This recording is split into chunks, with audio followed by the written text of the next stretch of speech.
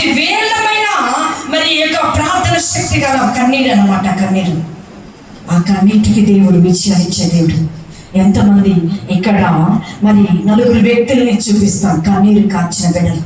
ఆ కన్నీటి ద్వారా విచారణ చేశారు. మీరు ఈరోజు సమయము మరి 12గా వస్తుంది. ఈ సమయం మరి తొందరగా ముగించమంటే నేను ముగించేస్తాను. ఎందుకు లేదు, మాకు ఆలస్యమైన మేము వాక్యాన్ని విని ఆత్మీయ ఆహారం భుజించి పోవాలన్నాను. గట్టిగా చప్పట్లు కొడతామా? హల్లెలూయా, హల్లెలూయా. పరిశుద్ధాత్మ తండ్రి ఈ రోజు మీతో మాట్లాడబోతున్నాడు. పరిశుద్ధాత్మ శక్తితో నీ దేవుడు ఈ రోజు మాట్లాడబోతున్నాడు. నీ కన్నీరు విలువైన కన్నీరుగా దేవుడు మార్చబోతున్నాడు. విలువైన ఆనంద బాష్పాలతో నింపబోతున్నాడు. నీ కన్నీటి ప్రార్థన ఈ రోజు విజయవంతంగా యేసు నామములో మార్చబడును గాక. Thank you lord Jesus. అలాంటి పవర్ఫుల్ ప్రార్థన ఈ రోజు నీకు ఇవ్వబోతున్నాడు. అలాంటి పవర్ఫుల్ శక్తిని యేసయ్య నీకు ఇవ్వబోతున్నాడు. హల్లెలూయా, హల్లెలూయా, హల్లెలూయా. పరిశుద్ధాత్మ తండ్రి ఇక్కడ సంచరించి వెళ్ళండి. పరిశుద్ధాత్మ శక్తితో ఈ రోజు నింపబడిపోతున్నావు. ఈ రోజు నీ కన్నీరు ఆఖరి కన్నీరుగా మార్చబోతున్నాడు. ఈ రోజు నీ వేదన, నీ బలహీనతలు ఆఖరిగా మార్చబోతున్నాడు. Thank you lord Jesus. Hallelujah. Thank you lord master. మరి సమూయేలు గ్రంథం, మొదటి సమూయేలు గ్రంథము 1వ అధ్యాయము 9-10 వచనాలు చదువుకుందాం. మొదట అన్నాని మనము దేవుని సన్నిధిలో ఆమె ప్రార్థించినప్పుడు ఆమె ప్రార్థన ఎలాంటిదో, ఆమె ప్రార్థన ఎలాంటి విశ్వాసముతో దేవుని సన్నిధిలో ప్రార్థించిందో. Thank you lord Jesus. Hallelujah. చదువుమా. వారు షిలోహులో అన్నపాన పుచ్చుకునే తరువాత అన్న లేచి యాజకుడైన ఏలీయా మందిర సమూహం దగ్గర ఆసన మీద కూర్చొని ఉండగా ఆమె బహు దుఃఖ కాంతులై వచ్చి యెహోవా సన్నిధిని ప్రార్థన చేయుచుండగా థ్యాంక్ యూ లార్డ్, బహుగా ఏడ్చుచున్నదాన్ని. హల్లెలూయా. అందరూ ప్రార్థన చేయండి, కళ్ళు మూసుకుందాం. స్తోత్రం, స్తుతుల మీద ఆసీనుడైన గొప్ప దేవ, నీ ఘనమైన పాదాలకి వందనాలు, స్తుతులు, స్తోత్రములు తండ్రి. పరిశుద్ధాత్మ దేవ, ఇదిగో నా తండ్రి, ఈ యొక్క మధ్యాహ్నమైన సమయంలో ప్రభువా పరిశుద్ధాత్మ శక్తితో మమ్మల్ని నింపండి ప్రభువా. ఈ బలిపీఠం మీద యేసు నామములో నీ మాత్రమే మండుదుగాక ప్రభువా. ఈ బలిపీఠం అంతా అగ్ని మహిమతో యేసు నామములో నింపబడునుగాక. Thank you lord. అయ్యా, మాలో ఏ చెప్పులు ఉండకూడదు ప్రభా. నా ముఖము మరుగైపోవాలి అయ్యా. నా ముఖములో అయ్యా నా తండ్రి యేసయ్యా మరుగైపోయి యేసు నామములో నీ ముఖం ఇక్కడ కనపడునుగాక ప్రభువా. అలాంటి కృప దయచేయి నాకు, బిడ్డలందరికీ ఏక మాటలు మాట్లాడుతున్నప్పుడు మా హృదయంలో కలవరం పుట్టునుగాక, మా హృదయంలో తెరవబడునుగాక. మేము కూడా అలాంటి ప్రార్థన సహవాసము యేసు నామములో పొందుకుందుముగాక ప్రభువా. అలాంటి కృపను మీరు దయచేయాలి. యేసయ్య పరిశుద్ధ నామములో అడిగి వేడుకుంటున్నాం తండ్రి. ఆమేన్, ఆమేన్. ఇక్కడ మరి ఎల్కానుకు 2 భార్యలు ఉన్నారండి. ఎల్కానుకి 2 భార్యలు, అన్నా పెనిన్నా. పెనిన్నా మరి ఈ యొక్క గర్భముతో పిల్లలను కని మరి ఎంతో సంతోషంతో ఉన్నది. అన్న దేవుని సన్నిధిలో కన్నీరు కారుస్తూ ఉంది. ఎందుకంటే ఆమె పిల్లలు లేని, సంతానం లేని బిడ్డగా ఉన్నదన్నమాట. సంతానంలో లేక లోకములో ఒక గొడ్రాతనముతో, లోకముతో ఒక అవమానముతో, లోకములో ఒక నిందలతో జీవిస్తూ ఉందండి. వాళ్ళు ఏంటంట ఒక శిలోహోన మందిరం దగ్గరికి వెళ్ళేవారు. వెళుతున్నప్పుడు తన పెళ్ళినైతే పిల్లలు తీసుకొని సంతోషముతో దేవుని మరి సన్నిధికి వెళ్ళేటప్పుడు అయ్యో నాకు పిల్లలు ఉన్నారు అని ఒక సంతోషముతో, ఒక గర్వముతో, నా సహోదరి మరి అన్నకు పిల్లలు లేరు, నేనైతే పిల్లల గలదానిగా వస్తున్నా అని ఆమె యొక్క గర్వముతో పిల్లలు తీసుకొని వస్తూ ఉందండి. అయితే ఈ యొక్క అన్న దేవుని సన్నిధిలో వ్యాధులతో, నా సహోదరి పిల్లలతో వస్తుందయ్యా, నాకైతే పిల్లలు లేరు. కన్నీరు, కన్నీరు, కన్నీరు, దేవుని సన్నిధిలో కన్నీరు. లోకం చూస్తే మరి పిల్లలు లేని వారు ఎదురొస్తే ఇది గొడ్రాలు, ఈమెకి పిల్లలు లేరు, అది గొడ్రాలు ఎదురొస్తుంది, మనం వెనక్కి పోదామంటారు.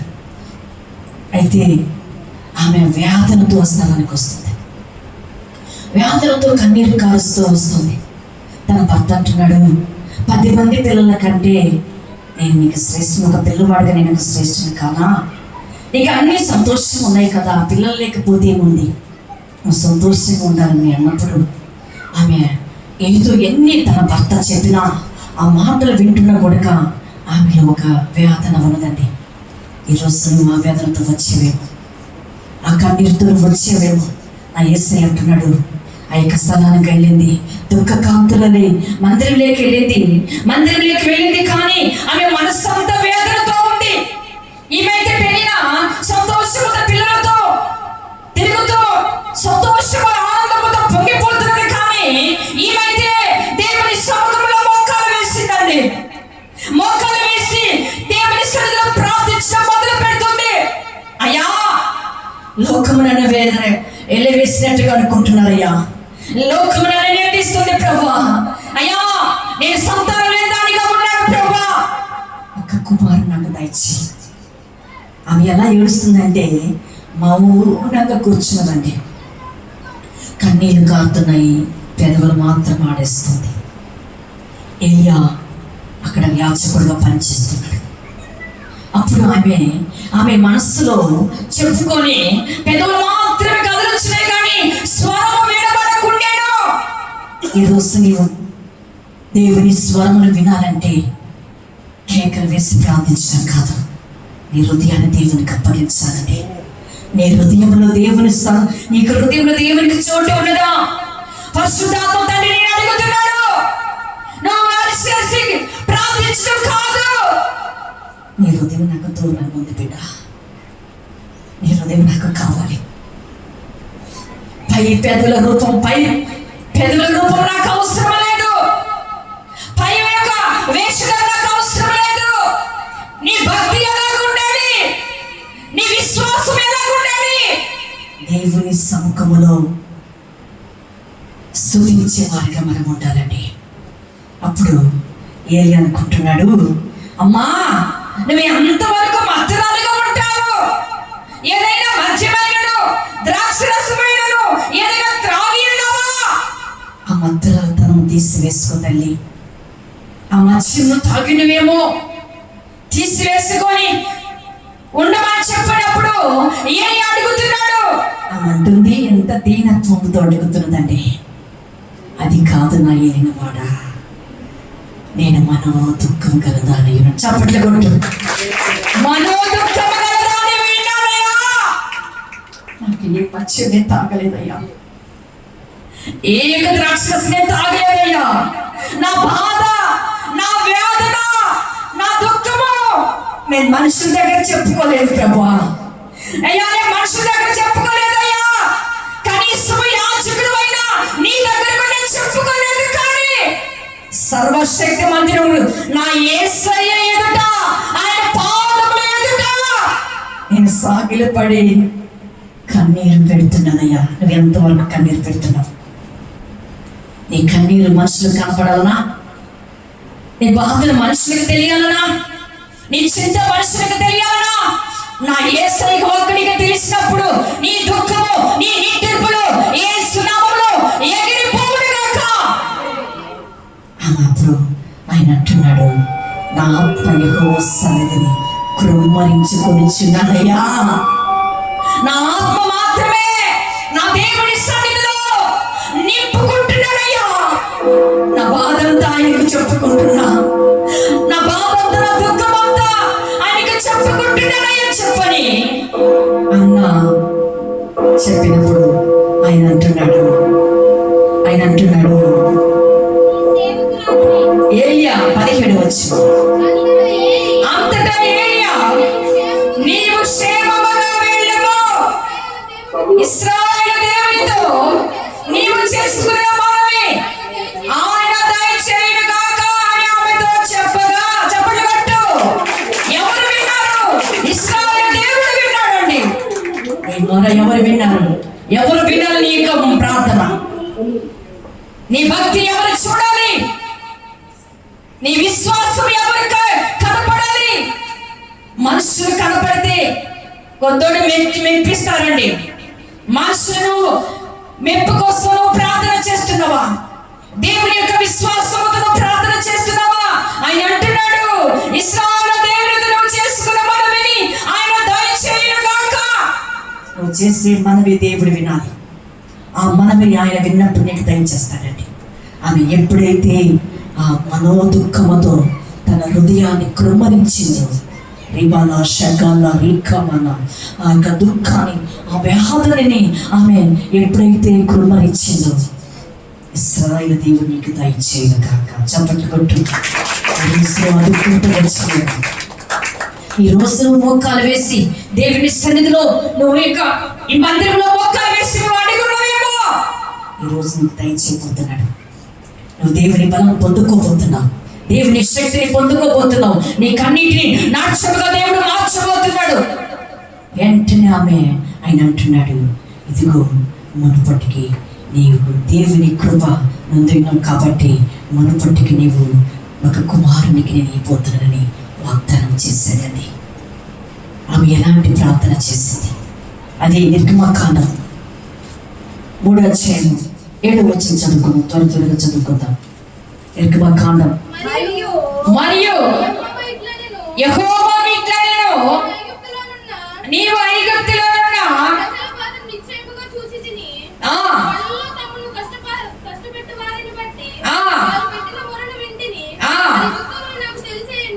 వారి దుఃఖములు నాకు తెలిసే ఉన్నవి. దేవుని యొక్క సన్నిధిలో నువ్వు కన్నీరు కాచిన ప్రతి కన్నీరు గంట ఆయన మొరను విన్నాడు. నీ మొర వినాలంటే నువ్వు దేవుని హృదయాన్ని కృమ్మరించావు. ఆకాశం వైపుని చేతులెత్తి నీ హృదయాన్ని దేవునికి ఓపెన్ చేయాలి. నీ హృదయం ఓపెన్ కాకుండా నువ్వు పెదవులతో దేవుని స్తుతిస్తే, నీ హృదయం ఓపెన్ కాకుండా నువ్వు భక్తిగా భక్తిగా నువ్వు ప్రార్థన చేస్తే అది ఫలితం ఉండదండి. నీ యొక్క వస్త్రం ఎలాగ చింపుకుంటావో, నీ వస్త్రం ఎలాగ చిన్నగిపోతుందో, నీ హృదయం కూడా అలాగ చిన్నగాలి. నీ హృదయం ఎప్పుడు చిన్నగుతుందో, నీ బండ పడిన మోటు పడిన నీ యొక్క హృదయాన్ని నువ్వు ఓపెన్ చేయాలి. నీ హృదయంలో ఉండే ప్రతి కల్మషం తీసివేసుకోవాలి. దేవుని సన్నిధిలో మోకటి అనుభవంలోకి రావాలి.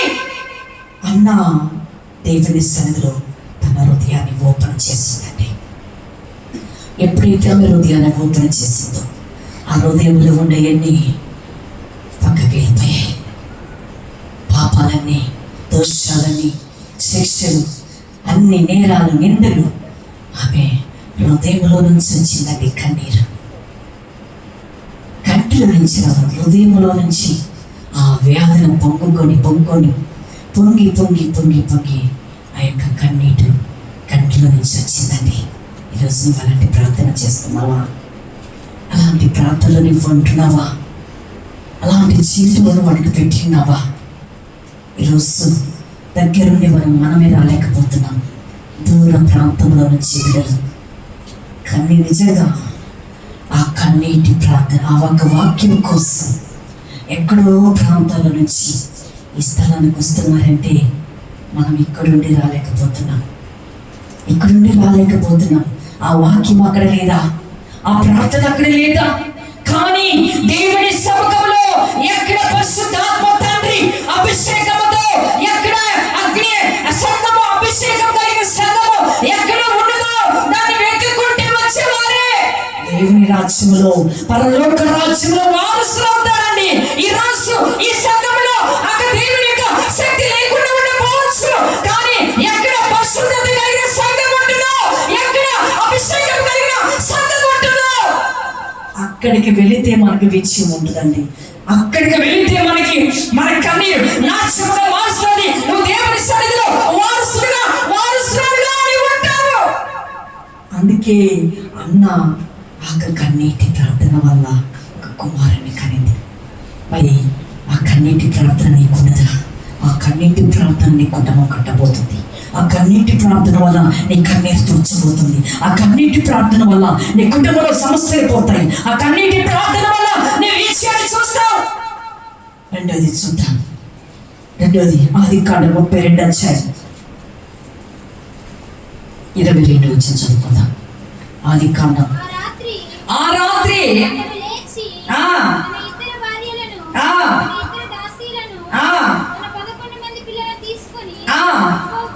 ఎబోకు రేవు దాటిపోయాను. యాకోబు వారిని తీసుకొని ఆ ఏరు దాటించి తనకు కలిగినంతయు పంపివేసెను. యాకోబు ఒక్కడే మిగిలిపోయింది. చప్పట్లు కొట్టారు. ఎవరు మిగిలిపోయారు? ఒక్కడే మిగిలిపోయారు. ఎందుకంటే మరి ఈ అన్న జ్యేష్ఠత్వాన్ని యాకోబు తీసుకున్నాడు. మరి ఆ యొక్క తల్లి చేసిన దాని వల్ల అతడు ఆశీర్వాదాన్ని పొందుకున్నాడు. ఏశావు ఎలాగ ఏడుస్తూ ఉన్నాడు, ఓ అయ్యగారు, తండ్రి గారు, నాకు ఒక్క ఆశీర్వాదమైన లేదా, ఒక్కటి కూడా మేము మిగిలించలేదా, అన్ని తమ్ముడికే ఇచ్చావని ఏశావు ఏడుస్తున్నాడు. ఆ దేశానికి ఆ యొక్క అడవి ప్రాంతానికి వెళ్ళాడు. తన తండ్రి ఆశ కోరికని తీర్చడానికి ఆ యొక్క వేటాడి మాంసం తెచ్చుకొచ్చి వండి తండ్రి దగ్గర తీసుకొని వచ్చే లోపల యాకోబు తల్లి ఏం చేసిందంటే, లాస్ట్ కుమారుడు అంటే తల్లికి ఇష్టమని, వాడు ఎలాంటి వాడైనా, వాడు తిరిగిపోతైనా త్రాగిపోతైనా ఎలాంటి వాడైనా చిన్న కుమారుడు మీద తల్లికి ప్రేమ ఉంటుంది అనమాట.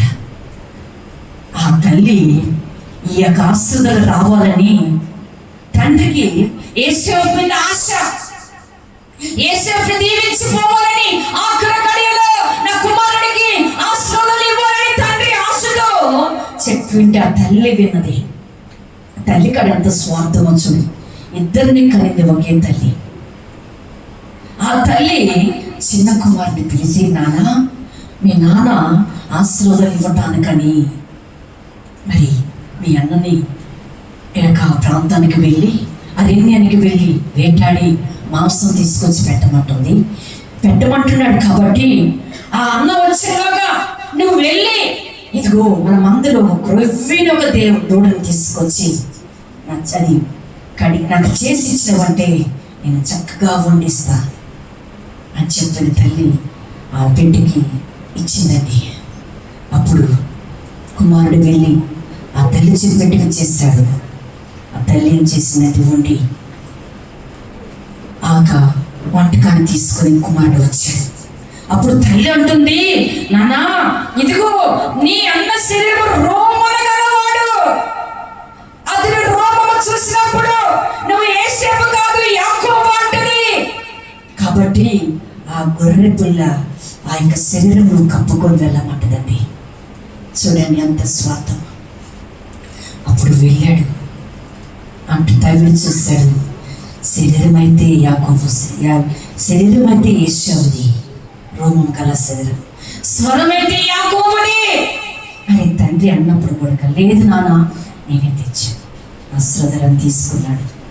పెద్ద కుమారుడు వచ్చాడు, ఏడుస్తున్నాడు. నానా, యేసేపుని వచ్చాడన్నప్పుడు, ఓ నా కుమారుడా, ఆశీర్వాదాలన్నీ నీ తమ్ముడైన యాకోబుకి ఇచ్చాడు అన్నప్పుడు ఒక్కటైనా మిగిలిలేదా నాన్న అని ఏడుస్తున్నాడని అతను శపించాడని. అయితే తన కోపాన్ని చూసి యాకోబు యేసేపు చంపేస్తాడని తన మరి యొక్క కుమారుణ్ణి తన మేనమామ దగ్గరికి పంపిస్తుంది తల్లి.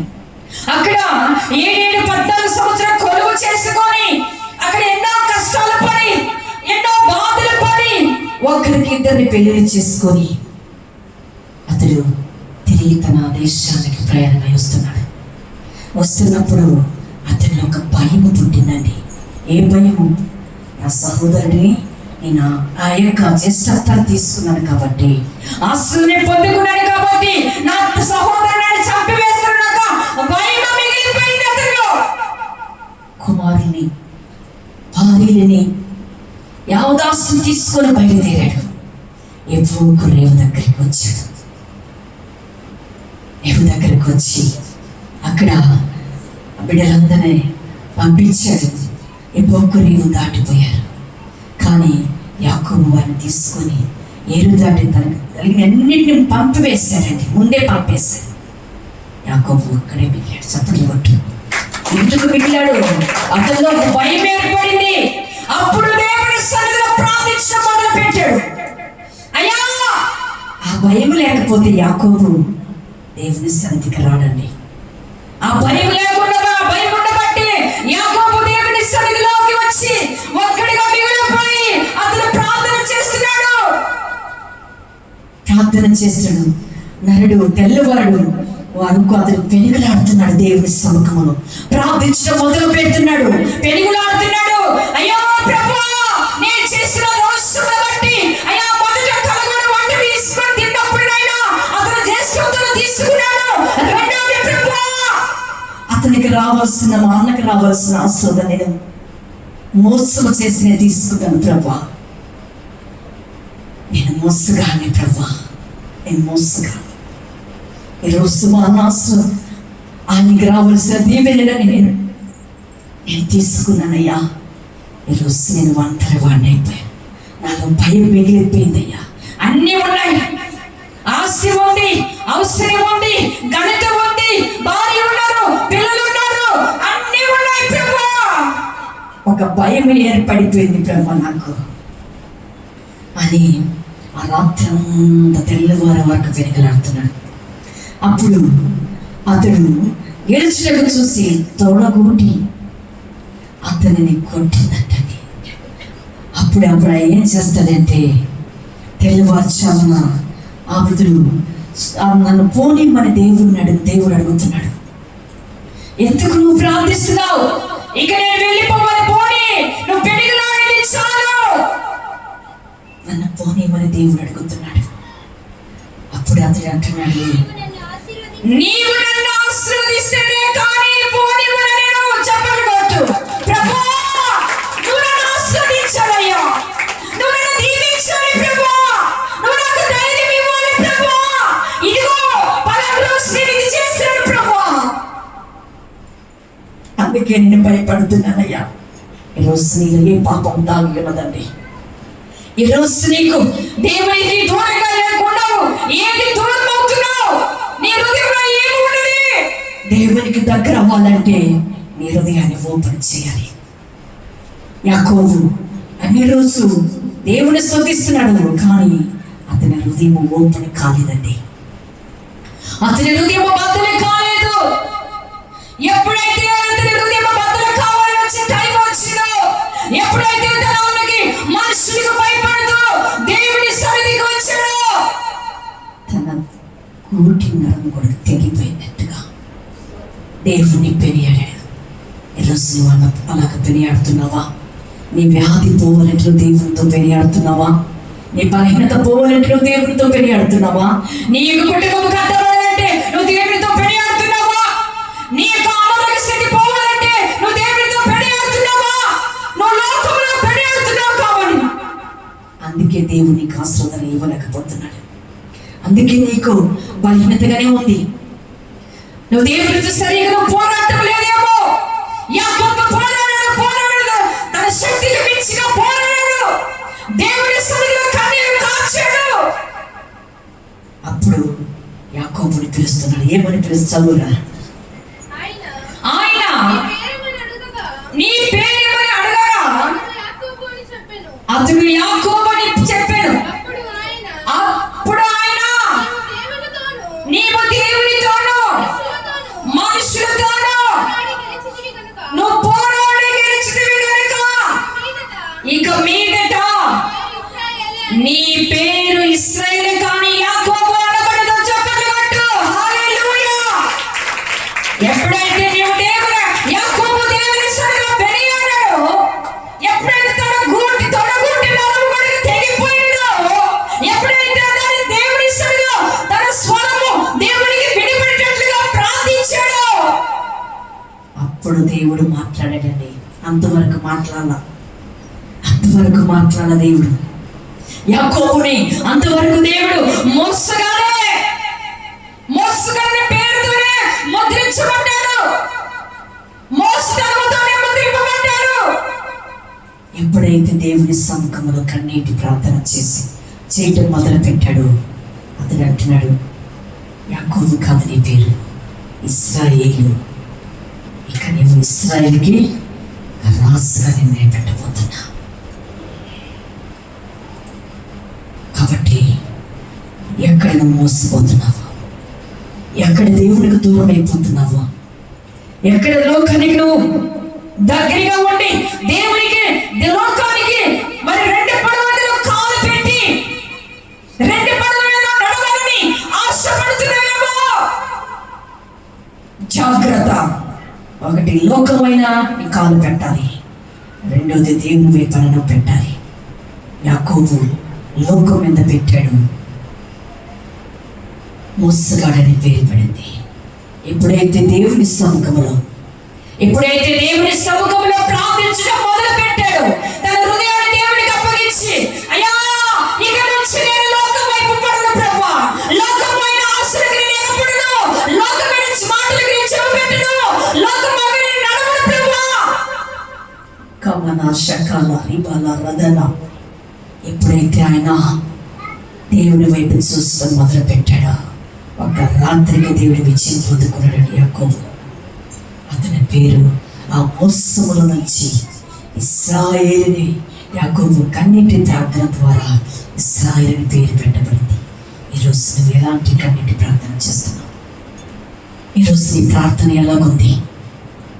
నీ ప్రార్థన జవాబు దేవుడు ఇస్తున్నాడా? నువ్వు ఎన్ని గంటలు ప్రార్థన చేసింది కాదు గొప్పతనం, నువ్వు ఎంత దేవుని సన్నిధిలో గడిపిందే కాదు నీ గొప్పతనం. నీ హృదయాన్ని దేవుడికి ఇచ్చినావా? నీ హృదయంలో దేవుడికి చోటు ఉండదా? పరిశుద్ధాత్మ తండ్రి నీతో మాట్లాడాలంటే నీ హృదయంలో చోటు ఉంటేనే నువ్వు మాట్లాడడానికి దేవుడు నీతో మాట్లాడతాడండి. కాచేది ప్రభువా, ఈరోజు ఆగిపోకూడదయ్యా. బిడ్డల ఇంటికి వెళ్ళేంత వరకు ఎండకాయాలి. యేసునామములో బిడ్డలు రావాలి, ఎండ కాయాలి. ఆ బిడ్డల ఇంటికి వెళ్ళేంత వరకు ఎంత వర్షాన్ని కూర్చున్న పర్వాలేదు ప్రభువా అని ప్రార్థన చేసినప్పుడు నా యేసయ్య ఎండ చూడాలి ఎంత కష్టం. అలాంటి ప్రార్థన, అలాంటి విశ్వాసం, అలాంటి భక్తి నీకుంటే నీ కుటుంబం కట్టబడుతుందండి. నీ కుటుంబంలో మంచి వార్తలు వింటారు. ఎప్పుడైతే దేవుడికి చోటిస్తావో నీ ఇంట్లోకి రైనర్ వస్తాడు, నీ హృదయంలోకి వస్తాడు, నీవు అడిగిన కార్యం దేవుడు చేస్తాడు. మూడో చూద్దాం, 2వ రాష్ట్రం 20 అధ్యాయం 1 నుంచి 3 వచ్చినారు. ఆ దినములలో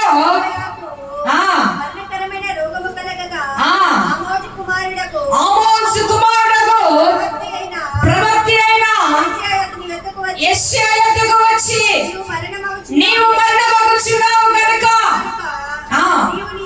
నీవు నీ ఇల్లు చక్కబెట్టుకోమని యెహోవా సెలవిచ్చుచున్నాడని చెప్పగా, అతడు తన ముఖము గోడ తట్టు తిప్పుకొని, యెహోవా యథార్థవంతుడై సత్యముతో నీ సన్నిధిని ఎట్లా నడుచుకుంటున్నా, నీ దృష్టికి అనుకూలముగా సమస్తముని ఎట్లా జరిగించుతున్నావు, కృపతో నన్ను జ్ఞాపకం చేసుకున్నామని హిజ్కియా కన్నీళ్లు విడిచుచు యెహోవాను ప్రార్థించు. చప్పట్లు కొడతాం. మూడవ వాడు హిజ్కియా, మొదట అన్న, రెండోది యాకోబు, మూడోది హిజ్కియా. ఆ దేవుళ్ళంట హిజ్కియాకి మరణకరమైన వ్యాధి వచ్చిందండి. ఆ మరణకరమైన వ్యాధిలో అది ఆ మరణకరమైన వ్యాధి అంటే అది క్యాన్సర్, అది పుండు పడి ఆ యొక్క పుండు వచ్చేసి అది క్యాన్సర్గా మారిందనమాట. ఆ రోగం కలగకుండా అయినా మరి ఆమోసుకు పడిన ప్రవక్త యెషయా దేవుడు అతని దగ్గరికి పంపించాడు, హిజ్కియా దగ్గరికి పంపించి, హిజ్కియాతో నీ మాటలు చెప్పు. అప్పుడు ఆయన మాట్లాడుతున్నాడు, అతని ఎందుకు వచ్చి అంటున్నాడు, నీవు మరణమగుచున్నావు కనుక నీవు బ్రతుకువు కనుక నీ ఇల్లు చక్క పెట్టుకోను. నువ్వు మరణమవుతున్నావు, నువ్వు ఈ లోకాన్ని విడిచిపోతున్నావు. ఇంక ఈ వ్యాధి నుంచి నీకు లేదు, ఇంకా మరణమేది. ఆ వ్యాధి వస్తే మరణమే అప్పట్లో. ఇప్పుడు అన్ని వ్యాధులకి దేవుడు కృపను బట్టి మందులను ఉన్నాయి. అప్పుడు ఆ రోజులలో క్యాన్సర్ వస్తే ఇంక చచ్చిపోవటమే, దానికి మందులు లేవు. అప్పుడు ఇసుక దగ్గరికి వచ్చి, నువ్వు మరణం అవుతున్నావయ్యా, ఇక్కడైనా నువ్వు చక్కపడు, నీ హృదయాన్ని చక్కపరుచుకో, నీవు చక్కపడు. ఎక్కడ పాపంలో పడిపోయినావో, ఎక్కడ తప్పిపోయినావో, దేవుని దృష్టిలో ఎలా ఉన్నావో ఒక్కసారి నువ్వు ప్రార్థన చేసుకో. ఆ మరణం అవుతున్న సమయంలో దేవుని జాకర్లకి, దేవుని యొక్క సన్నిధికి నువ్వు చేరబోతున్నావు. నువ్వు పరలోక రాజ్యంలో వారసుడిగా ఉండాలంటే నీ పాపాలను ఒప్పుకో, దేవునికి దగ్గరవు అని ఇస్కియా ఆ యొక్క యెషయా వచ్చి చెబుతున్నప్పుడు అప్పుడు అంటున్నాడు, అతను తన ముఖమన్న గోడ తట్టు తిప్పుకొని, అయ్యా యెహోవా తండ్రి, నేను నీ దృష్టికి యథార్థంగా ఉన్నాను కదయ్యా, యథార్థమైన హృదయం సత్యముతో నీకు అనుకూలమైన సమస్తం నేను ఎట్లా చేస్తున్నా నీకు తెలుసు కదా ప్రభువా. నీ సన్నిధిలో నేను ఎట్లా ఉంటునో, నీ దృష్టికి ఎలాగ నేను అనుకూలంగా ఉన్నాను. ఒక్కసారి నీ కృపతో నన్ను జ్ఞాపకం చేసుకో. కన్నీరు పెడుతున్నాడండి, ఏడుస్తూ ఉన్నాడు ఇస్కియా. నువ్వు మరణమవుతున్నావు అన్నప్పుడు ఇస్కియా కన్నీరుతో గోడ తట్టుకు తిప్పుకొని భయంకరంగా ఏడుస్తూ ఉన్నాడు. ఆ ఏడుపు ఎలాంటి ఏడుపు అండి? నేను చచ్చిపోతున్నానయ్యా, నేను లాభలేదని అడవరాయన, నీ దృష్టికి నేను అనుకూలంగా ఉన్నాను కదా ప్రభా, యథార్థ హృదయంతో నేను ఉన్నాను కదా ప్రభా, స్వచ్ఛ మార్గాన్ని నడుస్తున్నాను కదా ప్రభా, నీతి మార్గాన్ని నడుస్తున్నాను కదా ప్రభా. అయ్యా ప్రభా, నన్ను జ్ఞాపకం చేసుకో నీ కృపతో. ఆయన కృప లేకపోతే మనం ఎందుకు బ్రతుకుతామండి? నీ కృపతో నన్ను జ్ఞాపకం చేసుకో అని ఏడుస్తూ ప్రార్థన చేశాడు. మరలా ఆ యొక్క కన్నీరు విడిచడం దేవుడు చూశాడు. చప్పట్లు ఉందామా? ఆ కన్నీరంట ఆనంద హృదయముతో దేవునితో హృదయముతో దేవుని స్తుతించాడు. హృదయముతో దేవుని కన్నీటితో, హృదయమైన లోపల హృదయములను చూసి కన్నీటితో దేవుని అడుగుతున్నాడు. పై పెదవులతో, అయ్యా నాకు ఈ బలహీనత ఉందయ్యా, తీసేయి ప్రభు అంటే కాదు, తీసేసి నువ్వు మోకాలు వేయి. నాలో ఏ పాపం ఉంది, నాలో ఏ క్రోధం ఉంది, నాలో ఏ అసూయ ఉంది, నాలో ఏ పగ ఉంది, ఏ మనుషులకు నేను మెప్పుగా ఉన్నానేమో, మనుషుల దృష్టిలో నేను అయ్యా మెప్పు కలిగించుకోవాలని ఉన్నానేమో. నీ దృష్టికి నేను కలిగి ఉండాలి, కానీ మనుషుల మెప్పు నాకు అవసరం లేదయ్యా. ఈ లోకమైన మనుషులు నాకు అవసరం లేదు ప్రభు. ఎక్కడ నేను తప్పిపోయినానో, నా జీవితం ఎక్కడ పాడైపోయిందో, నా హృదయం ఎక్కడ అయ్యా ప్రభు, నా హృదయం కదిలించుకుని ప్రార్థన చేస్తున్నానేమో ప్రభు, ఒక్కసారి కరుణించు అని నువ్వు ప్రార్థించినప్పుడు, ఇస్కియా లాగా ప్రార్థించినప్పుడు అప్పుడు అంటున్నాడు ఆయన ఇస్కియా, ఏమంటున్నాడు? 5వ వచనం చదువు. నీవు తిరిగి ప్రజలకు అధిపతివైన ఇస్కియా యొద్దకు పోయి అతనితో ఇట్లనము, నీ పితరుడైన దావీదునకు దేవుడకు యెహోవా సెలవిచ్చినదేమనగా, నీ కన్నీళ్లు విడిచుట నేను చూచితిని, నీ ప్రార్థన నేను అంగీకరించినాను, నేను బాగు చేసేదనని 3వ దినమున యెహోవా మందిరమునకు ఎక్కిపోదును. చాలు. ఆయన అంటున్నాడు, మరలా చెబుతున్నాడు, యెషయా ఇస్కియా కన్నీరుని చూసినాను, ఇస్కియా నేను బాగు చేయబోతున్నాను, వెళ్ళు పోయి అతనితో చెప్పు, ఇదిగో నీ కన్నీరు నేను చూసినా, నా దృష్టిని యథార్థవంతుడిగా ఉన్నావు, నీ ప్రార్థనను అంగీకరించిన, పో వెళ్ళు. 15 సంవత్సరాలు, 1 సంవత్సరం కాదు, 2 సంవత్సరాలు కొట్టండి, 15 సంవత్సరాలు నేను ఆవిష్కరించబోతున్నా. ఆవిష్కరించలే కాదు, శత్రువుల చేతుల నుంచి ఆ పట్టాన్ని నేను తీసివేసి మళ్ళా అతనికి ఇవ్వబోతున్నా. చప్పట్లు కొట్టు. శత్రువులు కనుక శత్రువులు స్వాధీనం చేసుకోవాలన్న ఆ దేశాన్ని మళ్ళా ఇస్కియాకి రాజుగా అతను నిలబెట్టాడండి. ఆ కన్నీటి ప్రార్థన, నీ కన్నీటి ప్రార్థన ఉందా? నీ కన్నీటి ప్రార్థనలో నీ విజయాన్ని చూస్తున్నావా?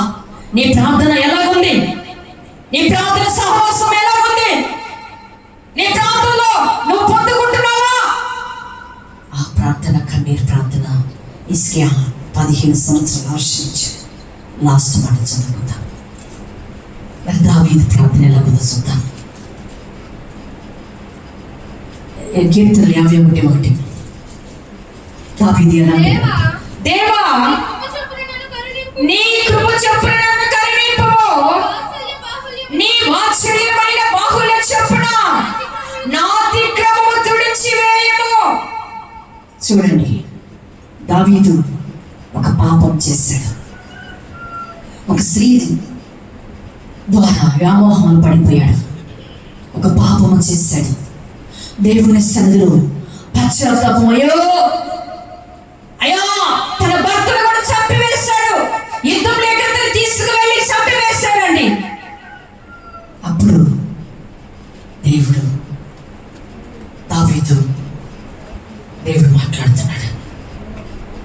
ఒక ప్రవక్త ద్వారా వచ్చి దేవుడు మాట్లాడాడు. నువ్వు చేసింది ఏంటి? ఒక పేదవాడికి ఒక గొర్రె ఉంటే దాన్ని బలించావు. ఎన్నో నీకు ఉన్నవి, వాటిలో ఒకటి కూడా నువ్వు తీయలేదు, కానీ ఆ పేదవాడి గొర్రెను బలించావు, అది శాపంగా ఉన్నది నీకు అని ప్రవక్త ద్వారా మాట్లాడినప్పుడు దావీదు దేవుని సన్నిధికి వచ్చాడు. అప్పుడు మోకాలు వేశాడు. ప్రభువా, అయ్యా నేను పాపం చేశానయ్యా. పాపం ద్వారా ఒక కుమారుని కన్నాడు. అతని కోసం ఉపవాసాలు అన్నపానాలు ఉండి ఆ బిడ్డ కోసం కన్నీరు కాచాడు, అమ్మిలాచాడు. లాస్ట్ గా బిడ్డ చనిపోయాడు. చనిపోయినప్పుడు అతనికి మనోనేత్రాలు తెరవబడ్డాయండి. ఆ బిడ్డ పాపం వల్ల పుట్టిన బిడ్డ కాబట్టి దేవుడు తీసుకున్నాడు. ఆ పాపం వల్ల గర్భం ధరించిన బిడ్డ కాబట్టి దేవుడు తీసుకున్నాడు. అప్పుడు లేచాడు, అన్నపానాలు స్నానం చేశాడు, అన్నపానాలు పుచ్చుకున్నాడు, దేవుడి సన్నిధికి వచ్చాడు. అప్పుడు దేవుడి సన్నిధిలో ప్రార్థన చేస్తున్నాడు. దేవా, తప్పు చేశాను ప్రభువా, నేను పాపము చేశానయ్యా, నీ కృప చొప్పున కరుణింపుము, నీ వాత్సల్య బాహుళ్య చొప్పున నా అతిక్రమం తుడిచివేయి ప్రభువా. పాపినయ్యా, పాపములో పడిపోయినయ్యా, నా దోషం పోనట్లు నన్ను బాగా కడుగుమయ్యా, నా పాపం పోనట్లు నన్ను పవిత్రపరచు ప్రభువా అని ఏడుస్తూ ప్రార్థన చేశాడండి. ఈరోజు నువ్వు ఎలాంటి ప్రార్థన చేస్తున్నావు? నువ్వు పాపానికి చోటిస్తున్నావా? పాపం వైపు పరిగెత్తుతున్నావా? దేవుడు నేను ఒకవేళ అయ్యా ఈ గుంటలో పడిపోతున్నావు, ఆ గుంట నుంచి పక్కకు పోమన్నప్పుడు వాడికి నువ్వు లేదు, నేను ఆ గుంటలోనే పడిపోవాలా? ఆ గుంటలోనే పడిపోయి, ఆ పాపపు ఊపిలో పడిపోయి, జగటి గల దొంగ ఊపిలో పడిపోయి, నా సుఖమైన గుంటలో పడిపోయి ఆ బురదలో నువ్వు దొల్లాడుతున్నవేమో. ఈరోజు నా యేసయ్య అంటున్నాడు, లే, కన్నీరు కారు, నీ పాపాన్ని నేను కడుగుతున్నా, నీ శాపములు కొట్టివేస్తున్నా, నీ నిందలు కొట్టివేస్తున్నా, అవమానాలు కొట్టివేస్తున్నా, నీ సోపుతో నేను కడగబోతున్నా, హిమము కంటే నేను తెల్లగా నేను మార్చబోతున్నా. Thank you lord Jesus. ఆయన అంటున్నాడు, అయ్యా నేను పాపంలో పుట్టిన వాడినయ్యా, పాపంలోనే నా తల్లి నన్ను గర్భం ధరించిందయ్యా, ఒక్కసారి నన్ను ఈ సోపుతో నన్ను కడుగు బ్రహ్మని దావీదు మహారాజు గారు అడుగుతున్నాడు. నీవు అలా అడుగుతున్నావా? నీ కన్నీటి ప్రార్థన ద్వారా నీ కుటుంబాన్ని, నా కుటుంబంలో ఉన్న శాపాలను కడుగయ్యా. నా ద్వారా నా కుటుంబము, అయ్యా నేను చేసే పాపం వల్ల, నేను చేసే దోషం వల్ల నా కుటుంబం ప్రభా చిన్నమైపోతుంది. కుటుంబంలో సమాధానం లేదు, నెమ్మది లేదు ప్రభా, ఐక్యత లేదు ప్రభా. నా పాపము ఎక్కడ దాగి ఉందో నా కంటికి కనిపించయ్యా, కనపరచయ్యా, దాన్ని నేను సరి చేసుకుంటా. దావీదు ప్రతి క్షణము కన్నీరు కారుస్తూ, ఎక్కడ నేను తప్పిపోయానయ్యా, ఎక్కడ నేను పాపంలో ఉన్నానయ్యా, కనపరచు కనపరచు కనపరచుమని దేవుని సన్నిధిలో వెతుకుతూ వెతుకుతూ వెతుకుతూ వెతుకుతూ ప్రతి ఒప్పుకుంటూ విడిచిపెట్టి ఒక సింహాసనానికి ఆసీనుడిగా దేవుని యొక్క కుడి పార్శ్వలో ఉన్నాడండి. లాస్ట్ మాట చదువుకుందాం. మరి కీర్తనలు 56:8 కీర్తన. నా కన్నీళ్ళు బుడ్డిలో ఉంచబడినవి, అవి నీ కవినిలో కనబడును కదా. సంచారమా అంటున్నాడు.